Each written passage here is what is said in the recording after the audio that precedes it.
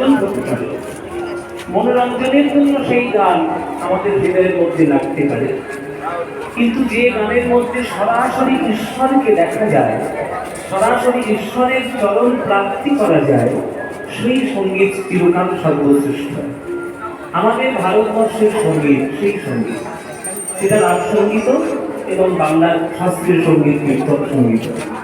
কীর্তনের মধ্যে মহাপ্রভু যেভাবে প্রেমকে রক্ষা করে গেছে, সেই প্রেম সারা পৃথিবীতে অন্য কোনো গানের মধ্যে পাবে। এই জন্য কীর্তনের দুটো ভাগ, একটা নাম কীর্তন, একটা পদাবলী কীর্তন। হরে কৃষ্ণ কৃষ্ণ কৃষ্ণ হরে হরে, হরে রাম রাম রাম হরে হরে। এই যে নামের মধ্যে মহাপ্রভু প্রেম রক্ষা করেছেন, তারপরে মহাপ্রভু পদাঙ্ক অনুসরণ করে বাংলার শত শত হাজার হাজার পদকর্তাগণ যে পদাবলী সাহিত্য রচনা করেছেন, তার মধ্যে যে ভাব, তার মধ্যে যে রস, তার মধ্যে যে সাহিত্য,